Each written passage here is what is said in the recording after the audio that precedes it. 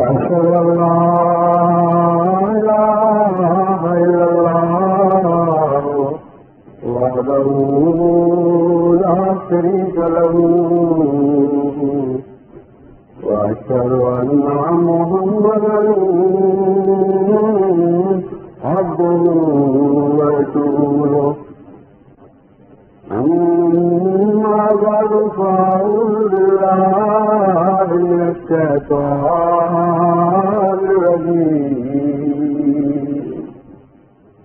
بسم الله الرحمن الرحيم الحمد لله رب العالمين الرحمن الرحيم مالك يوم الدين إياك نعبد وإياك نستعين اهدنا الصراط المستقيم صراط الذين أنعمت عليهم غير المغضوب عليهم ولا الضالين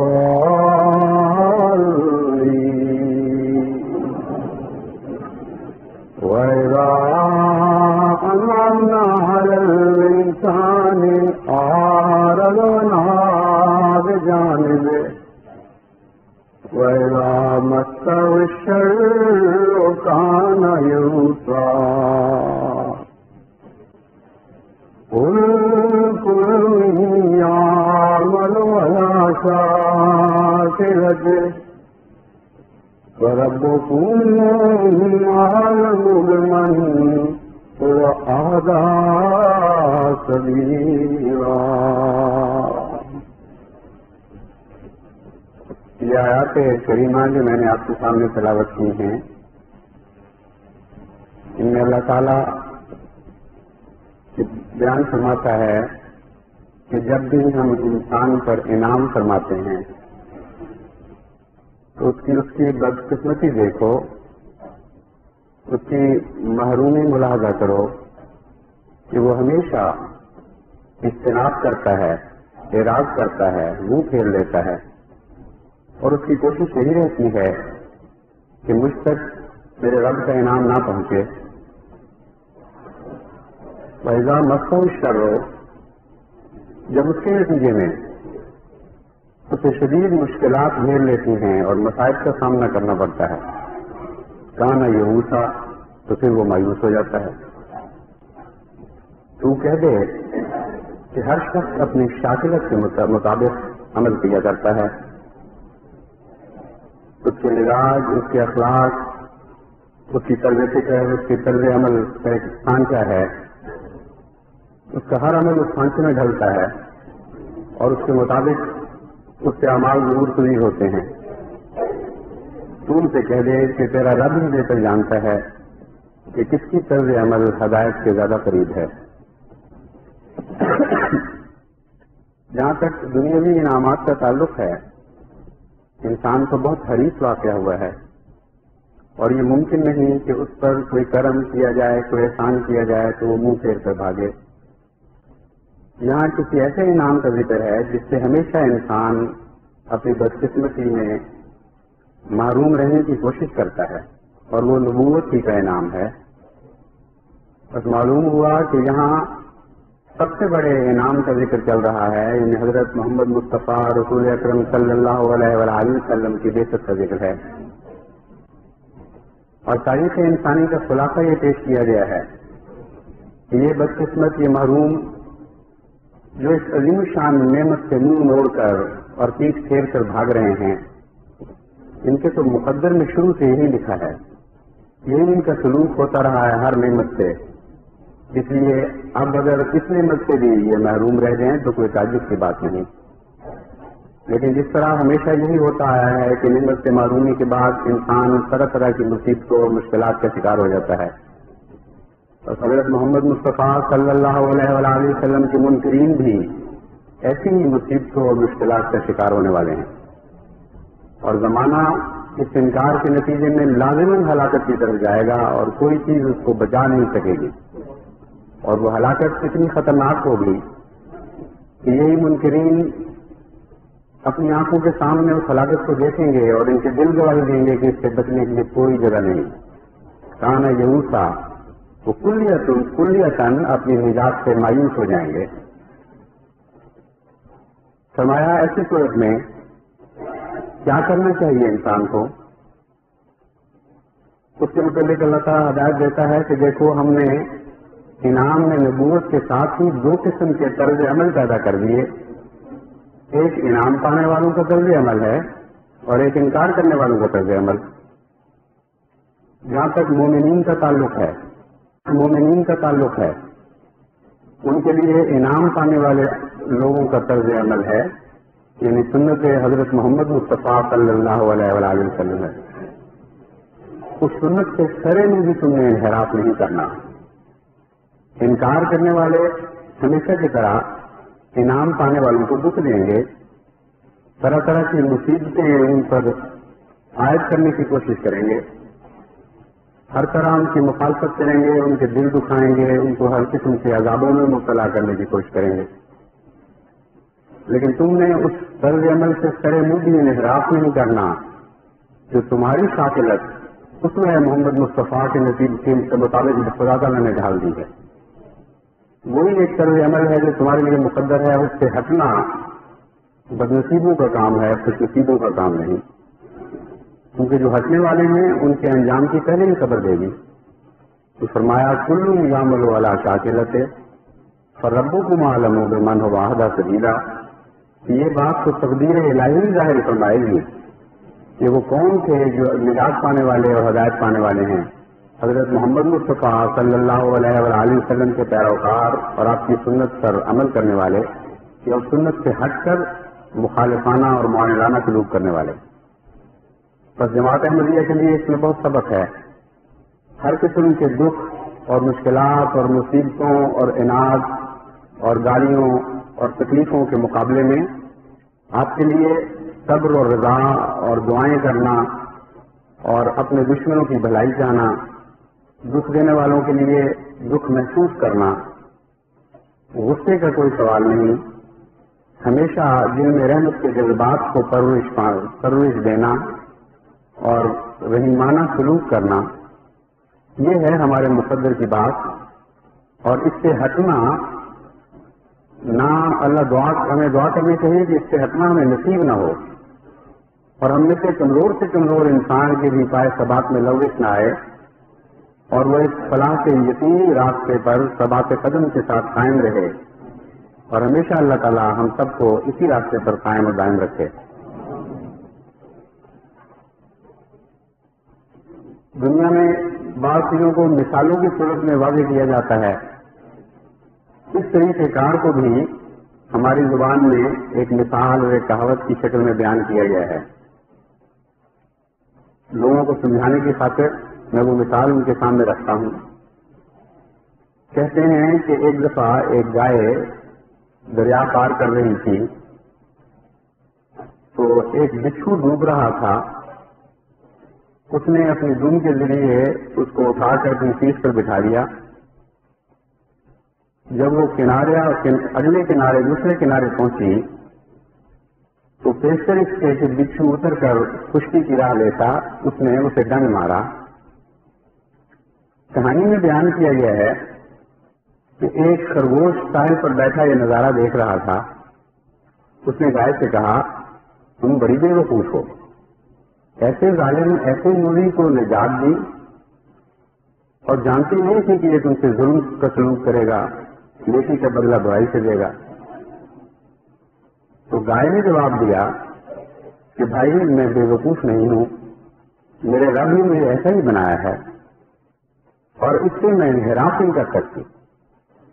میری فطرت خدا تعالیٰ نے اس طرح بنائی ہے کہ میں دودھ پلاتی ہوں تم لوگوں کو اور پھر تم لوگ میرا گوشت بھی کھاتے ہو، مجھ سے ہر قسم کے فائدے اٹھاتے ہو، حل میں جوتی جاتی ہوں، اور جب کسی کام کی نہیں رہتی تو پھر تم مجھے ذبح کر دیتے ہو، قصائی کے سپرد کر دیتے ہو. تو میرا تو مقدر یہ ہے کہ میں تم لوگوں کی بھلائی کی خاطر پیدا کی گئی ہوں. اس بدقسمت کا مقدر یہ ہے کہ یہ برائی کی خاطر پیدا کیا گیا ہے. تو شاکلت کی اس سے دے کر کوئی مثال نہیں دی جا سکتی. اور حقیقت یہ ہے کہ حضرت صلی اللہ علیہ وآلہ وسلم کی ساری سیرت کا اظہار اس مثال سے ہو جاتا ہے. حضرت صلی اللہ علیہ وآلہ وسلم نے ہمیشہ دشمنوں سے دکھ اٹھائے اور جانتے ہوئے کہ یہ پھر بھی دکھ دینے والے ہیں ان سے احسان اور کرم اور رحم کا سلوک فرمایا.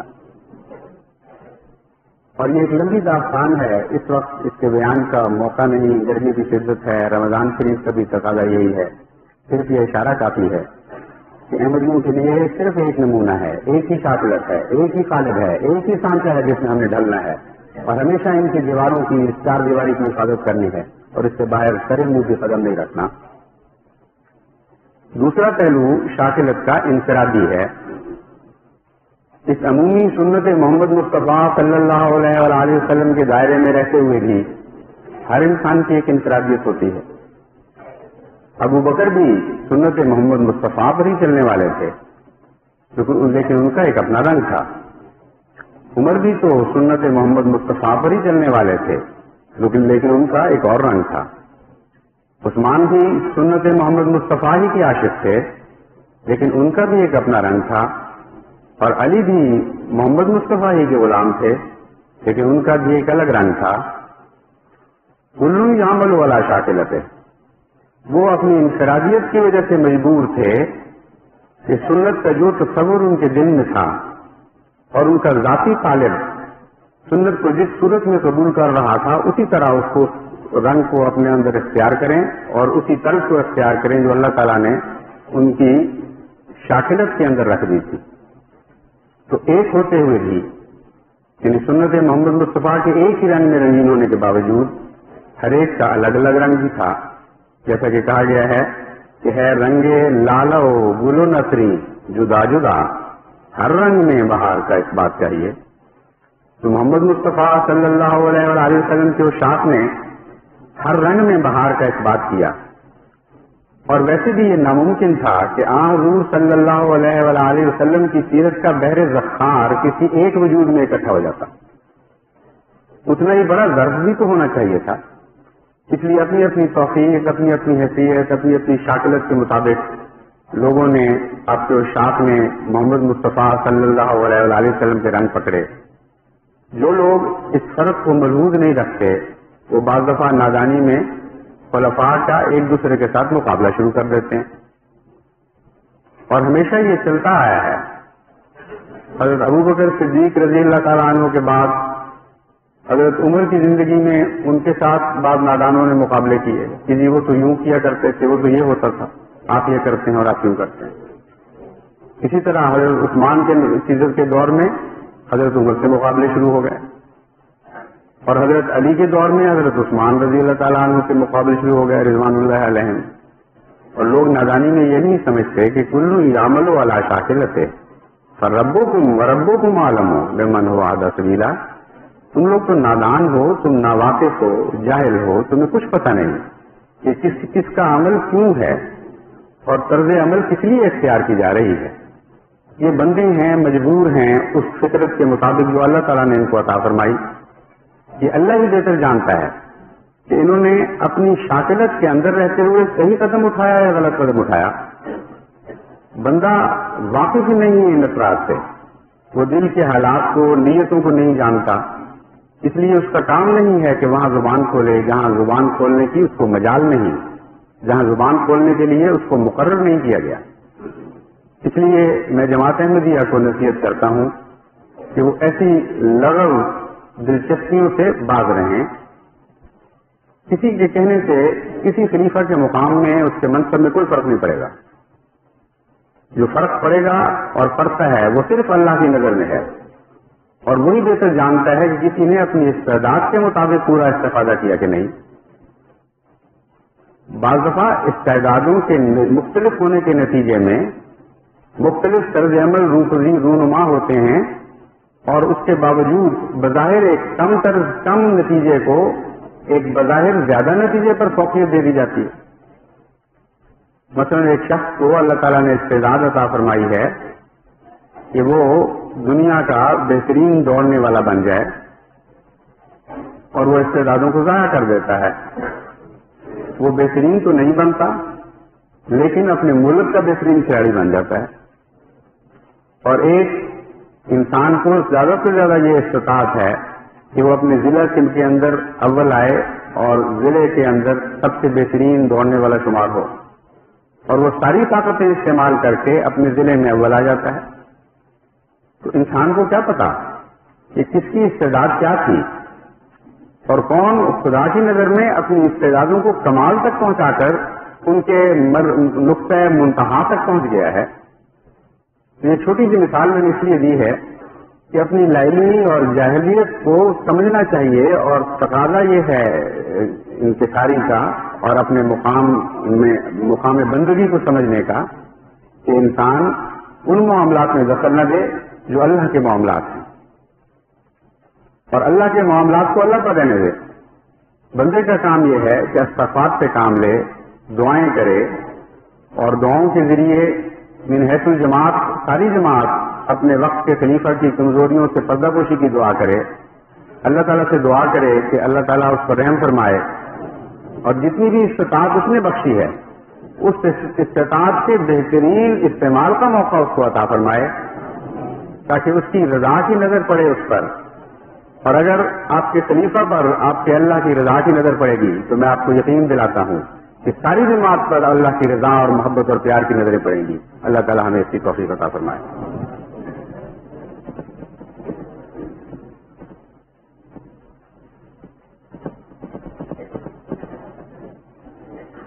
الحمد للہ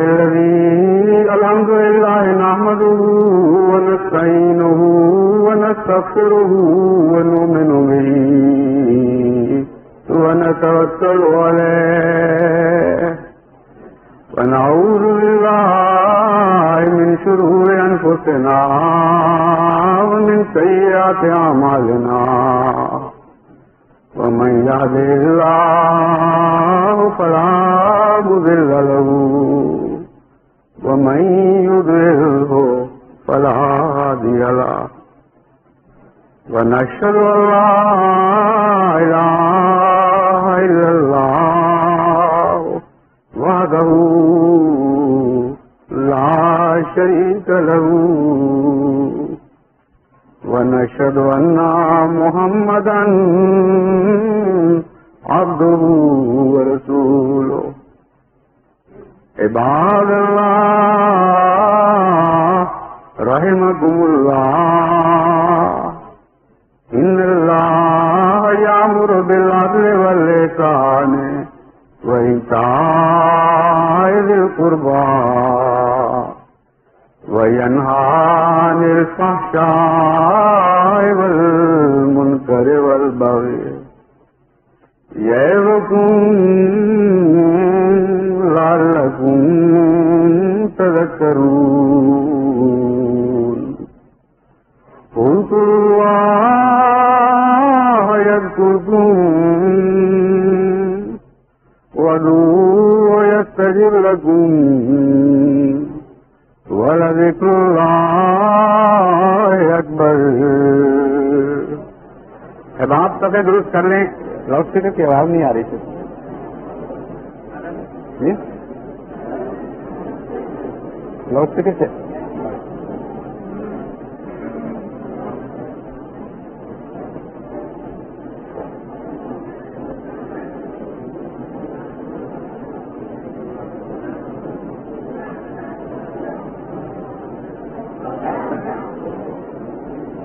احباب صفحے درست کرنے بھی نہیں آ گئی۔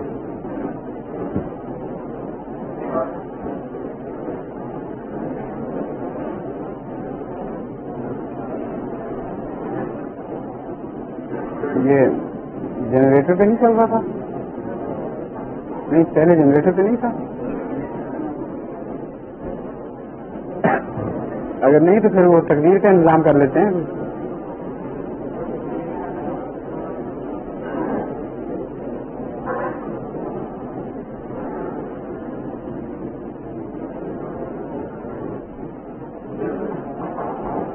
نہیں پہلے جنریٹر پہ نہیں تھا؟ اگر نہیں تو پھر وہ تکبیر کا انتظام کر لیتے ہیں.